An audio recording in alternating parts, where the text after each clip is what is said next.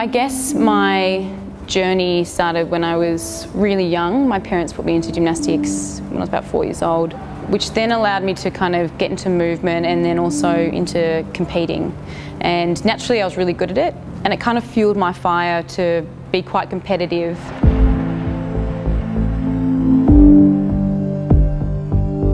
That was one world, and then I had another world at school where I was really badly bullied, and it was a really hard time for me there. Before school I'd go to gym, I'd have beautiful friends, go to school, have no friends.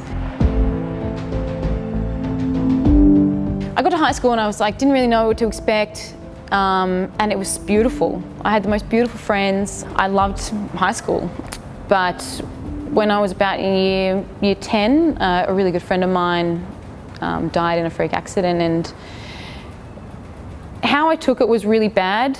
I never ever in my mind thought that I was fat or anything like that. I just thought, you know what, I'll start exercising. And then I started to slowly cut back on a few things, and I started to really track what I did in the gym. And if I didn't get all my gym time in, I remember then cutting back a little bit of food. At the time that I was really sick, I remember being incredibly obsessed with fashion TV. I would watch that every day after school. You know, I remember like falling to sleep to it on a Saturday night.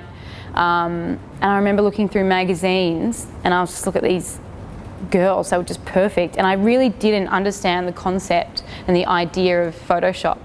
I didn't know anything about nutrition. I didn't know anything about modelling and photos and how airbrushed they were. So in my mind I thought, how the hell are these people so perfect and I'm so flawed? I really got stuck on these ideas of perfection and what I thought I was meant to look like. I knew that I had to go to hospital, and in the beginning I really didn't want to. That was the first step of, you know, okay, I've got to do this decision, I've got to do this for my mum. I'll go into hospital. And I remember seeing a photo and I was like, Dad, is that Granddad? He's like, no, that's you. And I was like, oh my God, I look like an old man.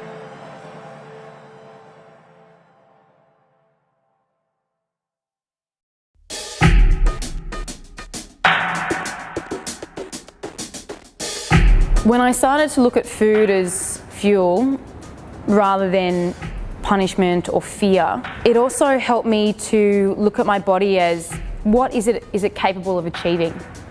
And then I moved away from like doing cardio, punishing cardio, into weight training and becoming stronger.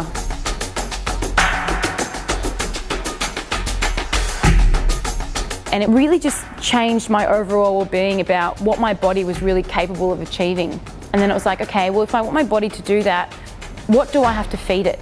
From there I progressed into just being so much happier and healthier, and my fear of food and you know, calling foods clean and dirty and bad just disappeared. I don't dehydrate, I don't take sodium out, you know, I still manage to eat chocolate every day in my diet.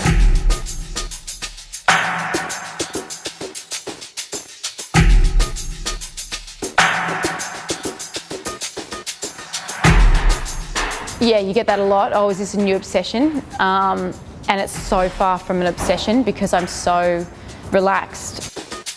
I say to people, you know, if you want to be good at something, you've got to be obsessive in a way, but it never controls my life. It doesn't control my feelings. It doesn't take up all of my day. I don't ban foods from my diet. Where I am at in terms of my mindset now and my life, I could never, ever go back into anything like that. Thank God. I still have lots of energy. I'm incredibly happy. I've never been this happy in my life.